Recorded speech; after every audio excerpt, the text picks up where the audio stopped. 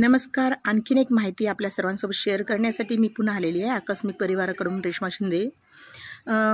जसा बघतोय आपण की आपली सोसायटी, कॉलनी किंवा जे सार्वजनिक रस्ते असतात त्या रस्त्यांवर जर कोणी आपली वैयक्तिक प्रॉपर्टी म्हणजे घर बांधकाम चालू असताना जर कोणी मुद्दामून त्या रस्त्यावर वाळू, गिट्टी, रेती किंवा विटा वगैरे ठेवत असेल आणि त्यामुळे तुमच्या रहदारीमध्ये अडचण येत असेल, तुम्हाला प्रॉब्लेम येत असेल, तर त्याची तक्रार जर तो एरिया ग्रामपंचायतमध्ये येत असेल तर ग्रामपंचायतच्या ऑफिसला जाऊन तक्रार करायची, नगरपालिकेत येत असेल तर नगरपालिकेत जाऊन तक्रार करायची.